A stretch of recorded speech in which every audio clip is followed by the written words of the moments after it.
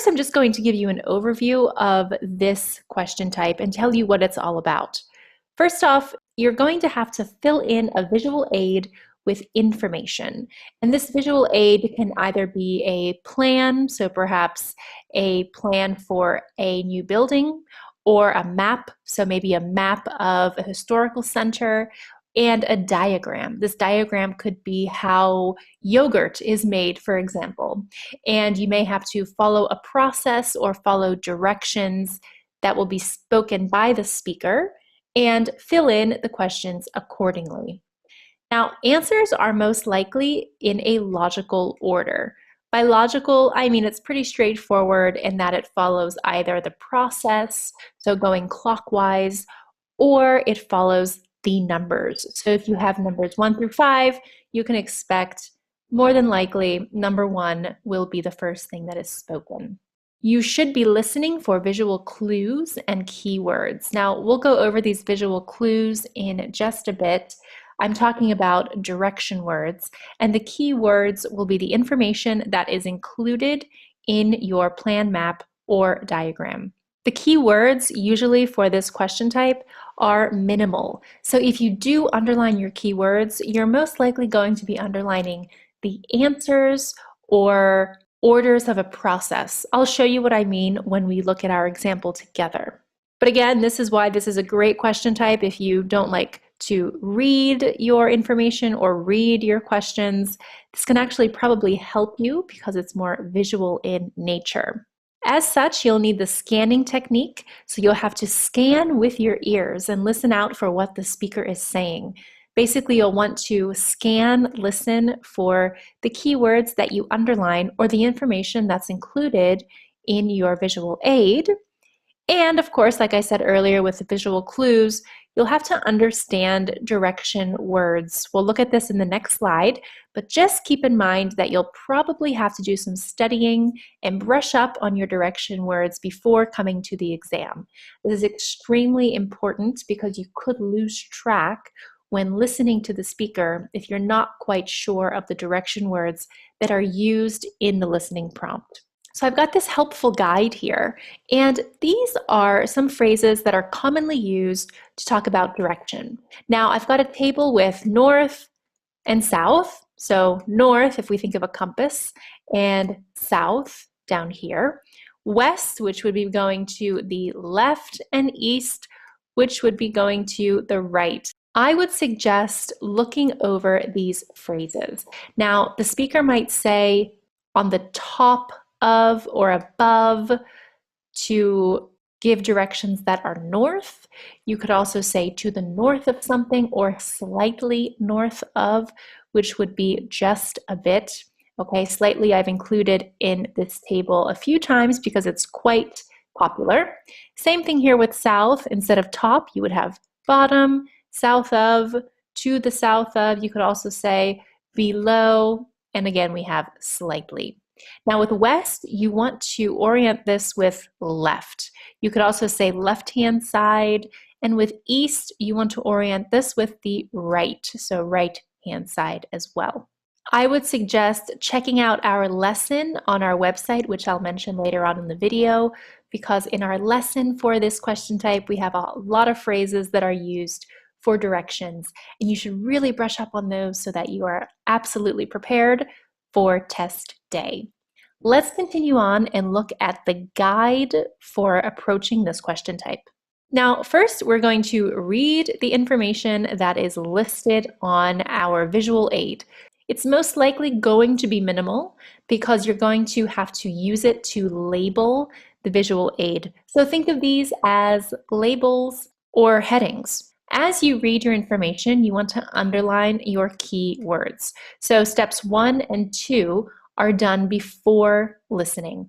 And when compared to the other question types, this preparation work is actually quite minimal. You'll have about 20 seconds to do both 1 and 2. With time and practice, you can combine these 2 steps. Now, going along with this, what I always like to do right at the very beginning is make a compass on my visual aid. So I'll make a compass similar to this, and I'll just write N for north, S for south, W for west, and E for east, just so that it is clear. This is really helpful, especially if you confuse west and east, and it really just takes 1 second to do. Now, as you're listening, you're going to pay attention to the direction language and the direction words and use that to go about your visual aid. And no matter what section you're in, you just want to take notes along the visual aid. If you've watched our introduction video or other videos that we have for listening, you'll see that some sections usually require an outline taking method, some require a chart making method, and it's usually based on the section in which you find your question. I'll give you a little tip. This question type is more than likely going to be paired with section 2. That's because section 2 features a monologue that is about a general or everyday topic. General or everyday topics would include things like a plan of a building, or a map of a historical center, or a diagram of a process. Because of that, it's really best to just take notes along the visual aid.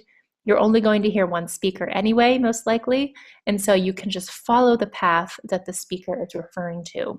We will also go over this in our step-by-step example in just a bit, but I'd like to just briefly review section 2 with you because, as you might have guessed, that is the section we're going to be in today. So section 2, it's a monologue, only one person speaking, about a general topic. In this case, it's going to be about a plan, a map, or a diagram. Of course, there's always some sort of pitfall or drawback to each section. We're going to tell you, try not to lose track, because if you lose track, you might lose the path of where the speaker is taking you along the visual aid. If this happens, though, not to worry. Use your keywords and the information provided to help get you back on track, but outline notes along your visual aid will really help you stay focused. Remember, we're going to make our notes along the visual aid today, so this will save you from any extra note-taking or writing during the listening prompt. All right, so that's all the preparation work and introduction about our question. Let's head on over and start our step-by-step example. All right, so here we are with our section 2 example. Now, as you see, there are questions 11 to 15, and we must label the plan below. It's a plan of a library, and we'll need 5 answers from the box. Now, keep in mind, we only have to write out letters. We do not have to write out art collection, for example. We just need to write out A. And this is why listening to the instructions is so important, because if you were to put the words instead of the letters, it would be marked incorrect. Now, before we listen to the instructions, I just want to let you know that I've already gone ahead and put in our compass. So we have north, south, west, and east here. And this will just help us go about the plan as the speaker is speaking. You might think that this is a tiny step, but it's really important, because if you think about it, you're listening to something that is not in your native language, and really any tips and tricks that you can place on your plan or diagram on test day will definitely help you out. Directions can be pretty straightforward, and you might think that putting this compass here is a bit on the beginner side of things, but really you never know what kind of nerves you're going to be faced with on test day or any type of anxiety. So I would suggest putting anything on here just to give you the maximum help that you can give yourself for this exam. Now, in order to mimic test day, we're going to play the instructions, and we're going to give ourselves 20 seconds to look through this information. Now, like I said earlier, the information to underline here is going to be minimal, but I'm still going to underline things with you and show you how I would approach this. On test day, instructions are going to be pretty standard. Nothing is going to change much in the instructions. As long as you can understand what's going on, I would utilize that time to start underlining and really absorbing the plan and the diagram. So let's go ahead and listen to our instructions now. You'll hear the librarian of a new town library talking to a group of people who are visiting the library. Okay, so let's go ahead and start with our answer options and underline our keywords. I'm going to start with art because I see that art is a nice keyword. Collection is not so important in this case because collection probably would not be used without art. So I'm just going to underline art and save me on some time. I know it's a library, so I'm going to underline children's. Books is a little bit arbitrary here. Computers, great word here. I'll say local history because, again, collection is not going to be used without local history being used. So we just need local history. I'm going to underline meeting because I already know there are various rooms, so I don't need to underline room. Multimedia, periodicals, reference. Again, I know we're talking about books, so I'm not going to underline that. And anything about tourists. Information is not important in this case because it's pretty much understood. Now, if I look at our plan, I'm going to underline librarian here. Desk is a bit general. Librarian is specific enough. Of course, entrance is important. I'll talk about this in just a bit. I'll underline here the office because we already know that we're looking at the library. So I'm not going to underline library office. Same thing here. I'm not going to underline library, but just area. Then, of course, fiction and nonfiction, these are important to know. And then the seminar. Again, they're all rooms, so there is no need to underline room in this case. Now, I even did this a bit slower than I would do it in reality, and it was already quite quick. So this is an excellent way to just quickly absorb the information, prepare yourself with your directions, and get ready for your listening. All right, so you might be wondering what these words are to the right. And just to make it a bit clearer for our diagram in this video, I've listened to the prompt already and I've made my notes. Since I'd like to make it a bit nicer for you and a bit clearer, I've written the notes that I used for the listening. And as we hear it together, I'm going to just place them where they should be on the map. This will help us later with our explanation. And you'll see these 3 dots here. This is a really great tool. As soon as the speaker starts the prompt, he or she will probably say where they are starting from. I'm going to use these dots to just say, okay, we are starting from here and we're going to continue onward. So marking the beginning of the listening prompt on your visual aid is a great clue because if you happen to get lost, just like you would in real life, you would sort of trace back your steps to make sure you're going in the right direction. So these are my notes. You'll see during the listening prompt, I'm going to place them and take my own notes around the visual aid. You should do the same thing, or if you prefer, you could also watch me and see if you like my process and you can use it for yourself. All right, let's go ahead and listen to the prompt. Let's get ready. Okay, everyone. So, here we are at the entrance to the town library. My name is Anne, and I'm the chief librarian here. And you'll usually find me at the desk just by the main entrance here. So, I'd like to tell you a bit about the way the library is organised and what you'll find where. And you should all have a plan in front of you. Well, as you see, my desk is just on your right as you go in. And opposite this, the first room on your left has an excellent collection of reference books and is also a place where people can read or study peacefully. Just beyond the librarian's desk on the right is a room where we have up-to-date periodicals such as newspapers and magazines. And this room also has a photocopier, in case you want to copy any of the articles. If you carry straight on, you'll come into a large room, and this is the main library area. There is fiction in the shelves on the left, and non-fiction materials on your right, and on the shelves on the far wall, there is an excellent collection of books relating to local history. We're hoping to add a section on local tourist attractions too later in the year. Through the far door in the library, just past the fiction shelves, is a seminar room, and that can be booked for meetings or talks. And next door to that is the children's library, which has a good collection of stories and picture books for the under 11s. Then there's a large room to the right of the library area. That's the multimedia collection, where you can borrow DVDs and so on. And we also have CD-ROMs you can borrow to use on your computer at home. It was originally the art collection, but that's been moved to another building. And that's about it. Oh, there's also the library office on the left of the librarian's desk.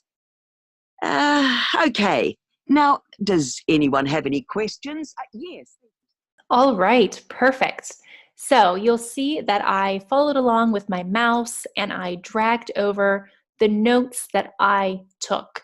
Now, notice how these notes are generally the answers. The answers, however, that you would put on your answer sheet would be the actual letters. So do keep in mind you would not write these actual words on your sheet. All right, so I hope that you were able to follow along with me, and you'll see that it was quite clear. We had our dots that highlighted where we were coming from, and we just simply followed the speaker. Let's go ahead and look at the transcript that I've included on the right-hand side, just so that we can verify our answers. So this is exactly what we listened to. Let's look at number 11. I've written left because the speaker said she was going to the left of the entrance, and that is where they have great reference books. So this would be H. And I'll go ahead and just write the answers here as well. So we have number 11 as H. Let's go ahead and look why. She says, well, as you see, my desk is just on the right as you go in. And opposite this, so on the other side, the first room on your left has an excellent collection of reference books. And there we have it. If we follow along from here, we have number 12. She says just beyond the librarian's desk, so beyond would be forward, is a room where we have up-to-date periodicals. And from our key words, we saw that periodical was a key word, and so that should immediately call our attention to G. Now for 13, we have if you carry straight on, so we're here, we continue straight on, and we see the main library area, the fiction in the shelves on the left, and the nonfiction to your right. Now, you could have also put left instead of west, or left with west and right with east. That would have been fine. But in any case, you could see fiction here and nonfiction here. And on the shelves on the far wall, so I've listed far just as my keyword, there's an excellent collection of books relating to local history. Local history was one of our keywords, so we can go ahead and put D. Then continuing on, number 14, she says through the far door in the library. Now, these are not labeled as doors, but we can pretty much assume, and we can put two and two together and realize that these are doors. So through the far door in the library, just past the fiction, so here we are here, is a seminar room, and that is verified by our label here. And then the next door to that, which would be this here, is the children's library. And so children was, again, another key word, not books, but children. And she says this has a good collection of stories and picture books for under 11. So we can go ahead and put B for number 14. And then number 15, the last question, she states there's a large room to the right of the library area, the multimedia collection. And we had multimedia right here, was underlined, so we can go ahead and put F.